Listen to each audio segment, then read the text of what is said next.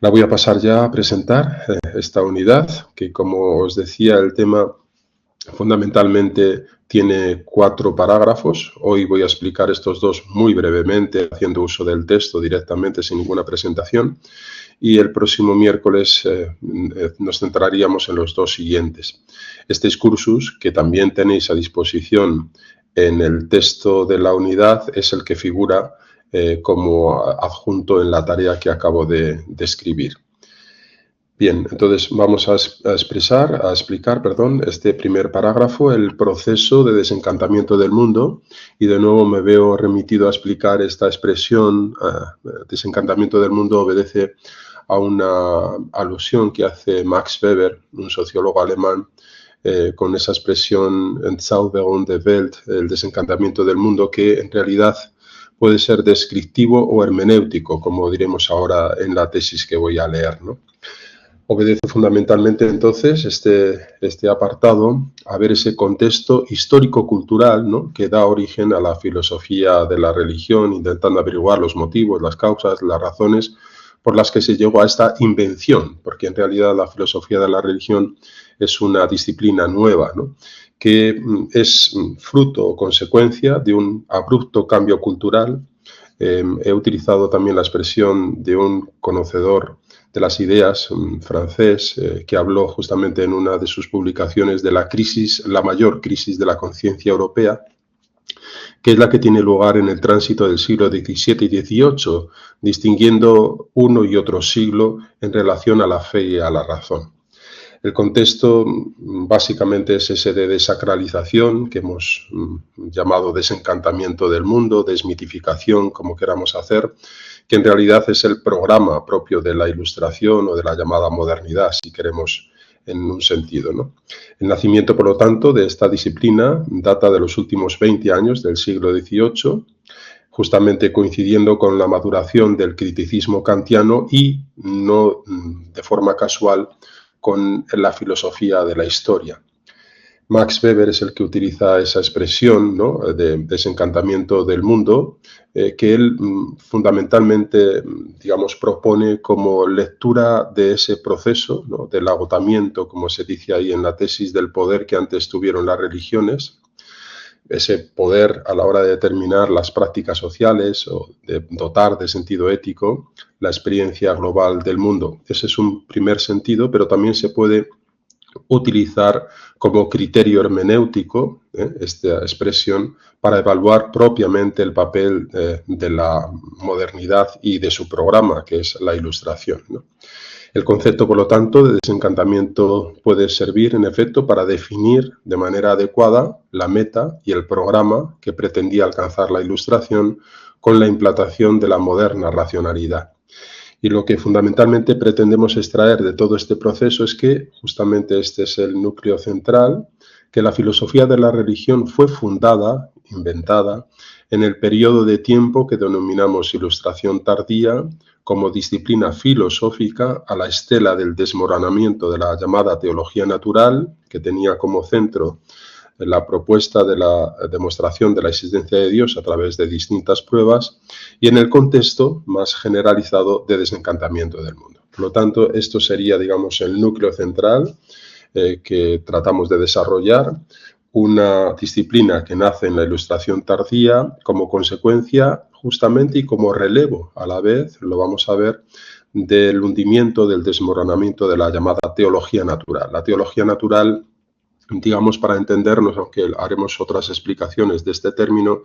es fundamentalmente la teología que se inicia desde los primeros pensadores griegos. Ya se habla allí de una teología natural, pero en este contexto más moderno o premoderno nos referimos sobre todo a los intentos apologéticos, por lo tanto dentro de las confesiones, en este caso del cristianismo muy fundamentalmente, de defensa de la fe. Ese es el contexto apologético, y la teología natural vendría a ser como una especie de preámbulo, ¿no?, para la teología, no tanto una teología fundamental, sino una teología filosófica centrada, como he dicho, como núcleo central en la demostración de la existencia de Dios. Esa teología natural se hunde muy fundamentalmente por la refutación que hace Kant de las pruebas, de las distintas pruebas de la existencia de Dios,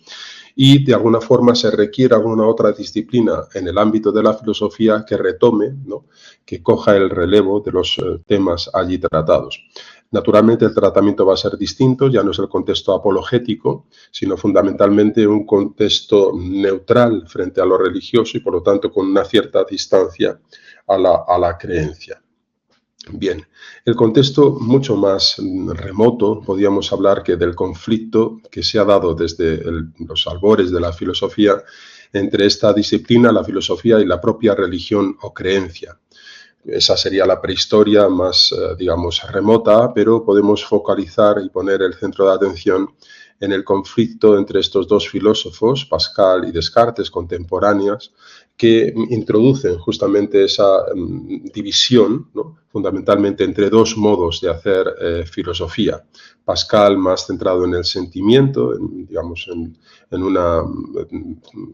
digamos, espíritu de finura, como se define, y mientras que Descartes más espíritu geométrico, ¿no? En cualquier caso, sí que es verdad que en el siglo XVII todavía, digamos, había como una especie de empresa común en defensa de los valores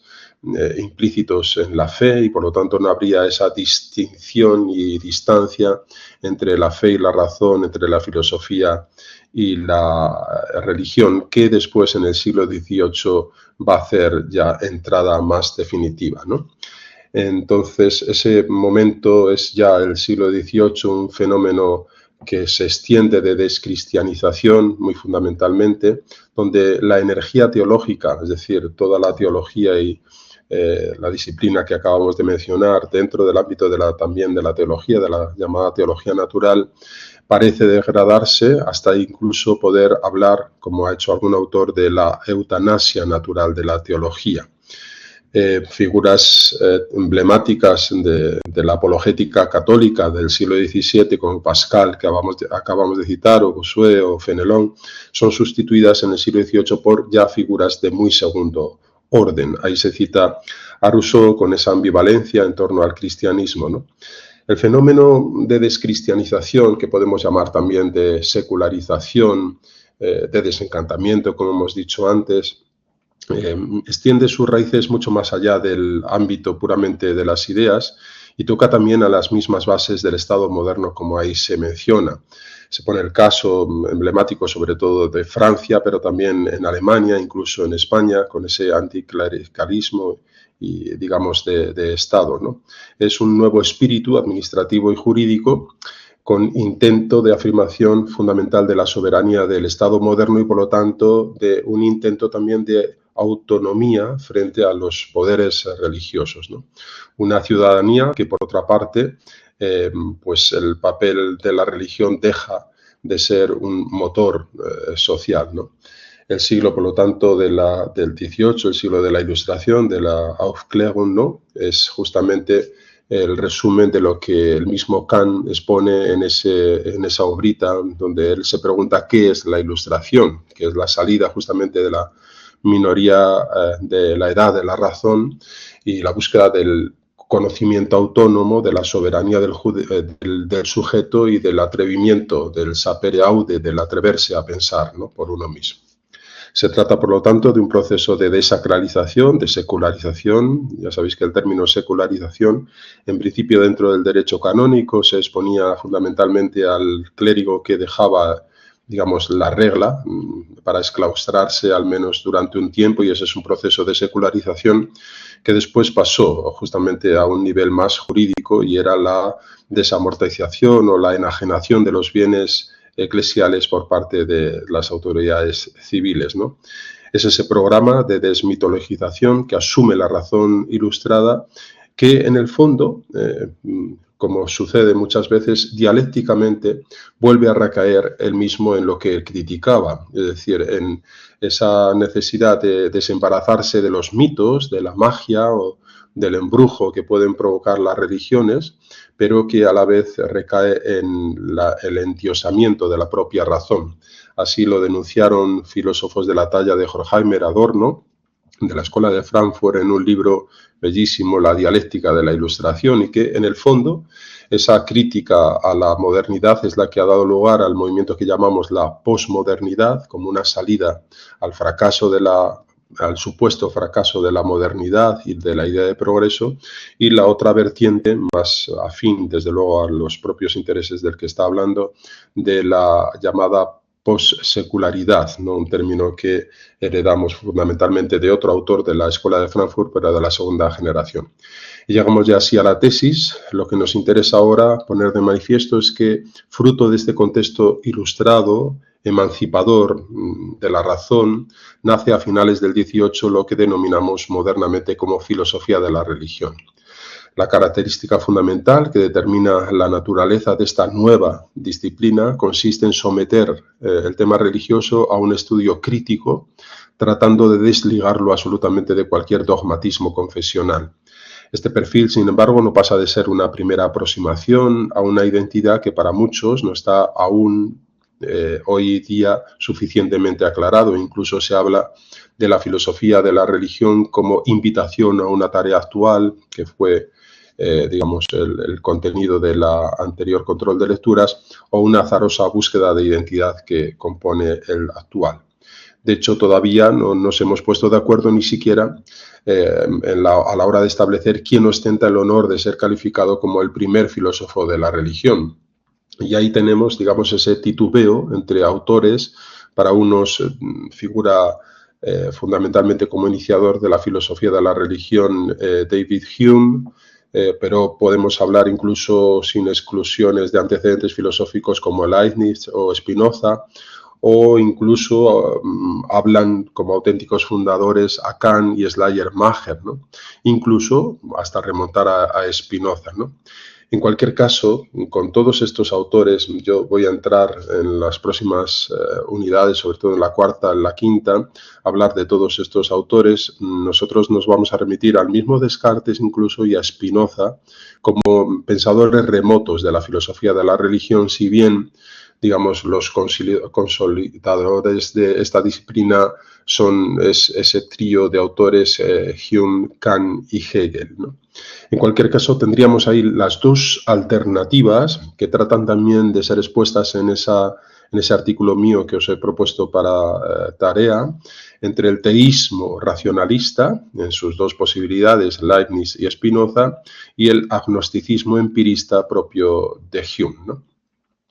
En cualquier caso, este es el método que nosotros vamos a utilizar para introducirnos a la definición y al sentido de la filosofía de la religión, que es la iniciación a la historia que hizo posible el surgimiento, la invención, en otros términos, de la filosofía de la religión. Me parece que es la mejor forma de empezar a comprender o hacerse con un planteamiento global de la asignatura. El segundo parágrafo entra ya de lleno en la historia de ese pensamiento filosófico sobre la religión, con un rastreo un poco más remoto. Ahí aparece, y voy a ir un poco más deprisa, los tres géneros de teología, la teología mítica, natural y civil, que, digamos, introducen los pensadores. Panecio y su discípulo Posidonio ya hablan de una teología natural, en referencia a la teología filosófica, distinta de la teología mitológica, que sería la de los poetas, o la teología política del Estado, del culto estatal. Agustín recoge esa referencia a esos tres géneros de dioses, ¿no? El de los poetas, el de los filósofos y el de los príncipes de la ciudad, y fundamentalmente será Varrón, el doctísimo romano, como lo llama Séneca, que comparte justamente esa división que nosotros hemos establecido en esas tres clases de teología, ¿no? En cualquier caso, lo que es fundamental para nosotros es justamente esa alusión a la teología mítica, la de los poetas, la teología política o civil, la del Estado, y la teología natural, que es propiamente la de los filósofos.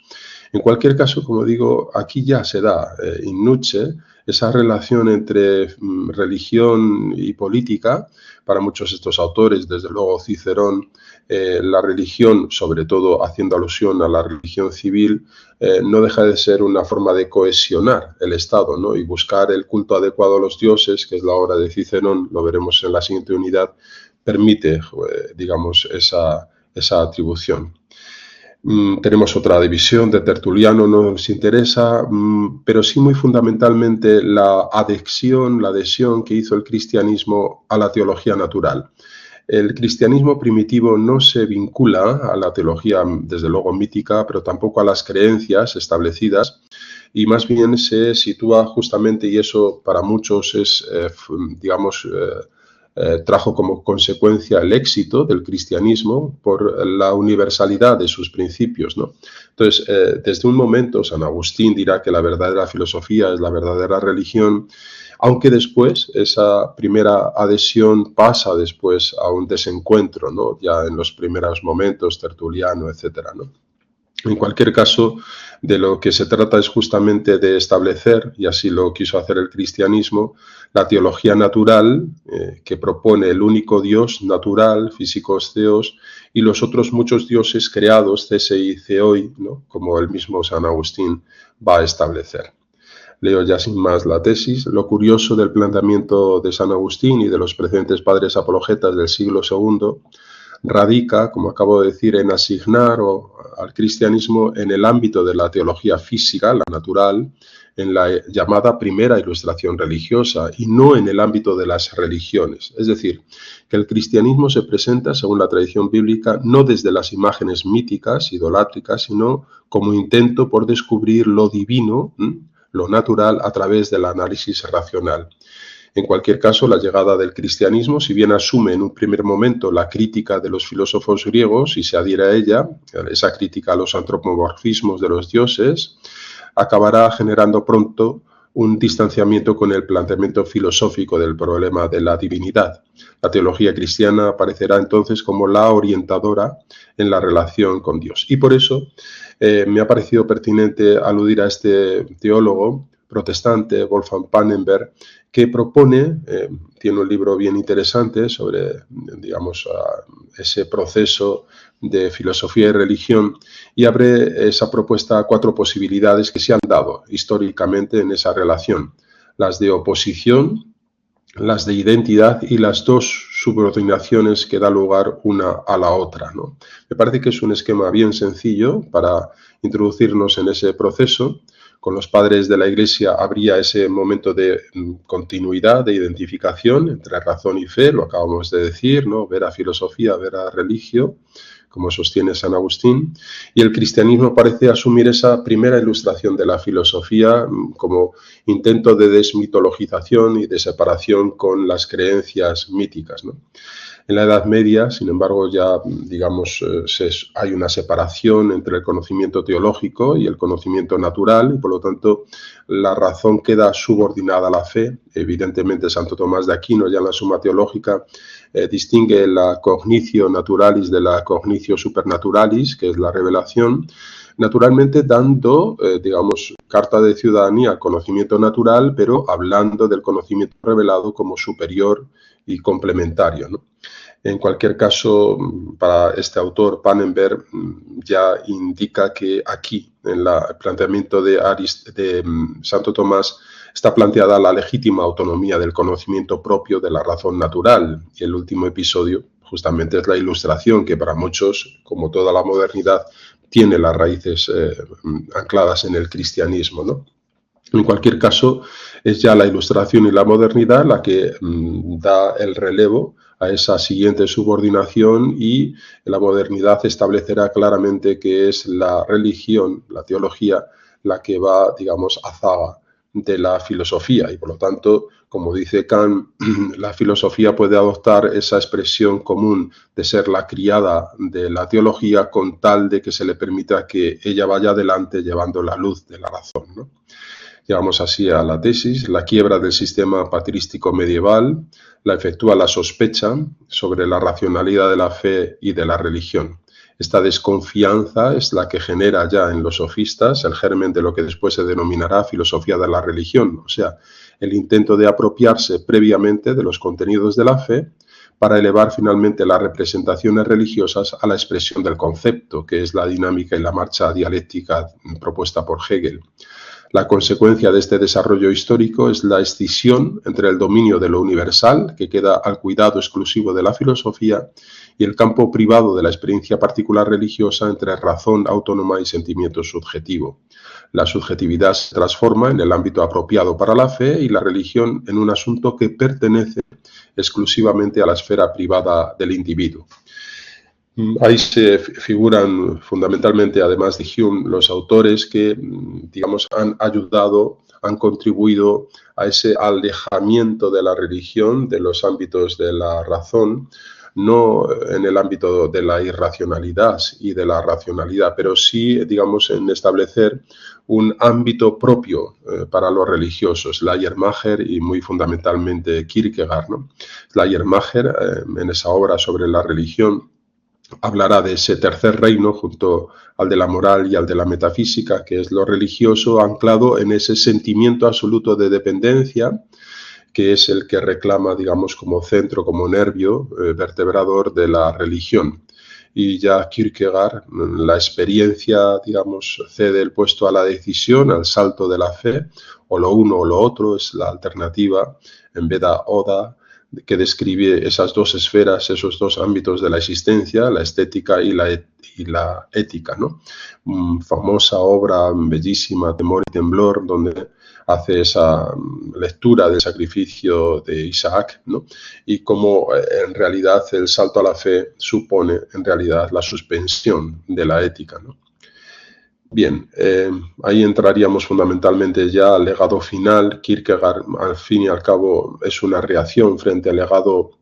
de Hegel, reduciendo justamente la esencia del cristianismo a un contenido adecuado de la razón, al concepto, muy fundamentalmente. La filosofía ya en Hegel será la encargada de llevar a cabo esa elevación, Aufhebung, al concepto Begriff de la representación Vorstellung religiosa. Llegamos ya a este final como conclusión y tesis. Podemos extraer ya de todo este largo proceso que desde el distanciamiento, primero, originario, impulsado por la naciente filosofía griega de toda representación popular o mítica de los dioses, hasta la reclusión de la divinidad en el ámbito abstracto de la especulación y el concepto que acabamos de ver en Hegel, late siempre una ambigüedad que acabo ya exponiendo y que detecta aquella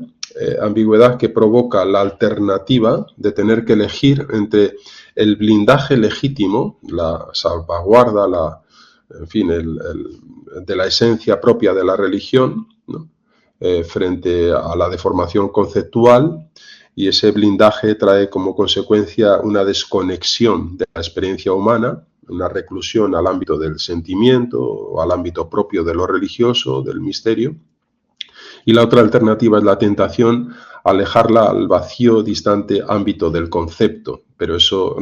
acaba distorsionando y rebajando la esencia misteriosa que no parece mostrar ninguna diferencia en relación a las demás cosas o entes finitos del mundo.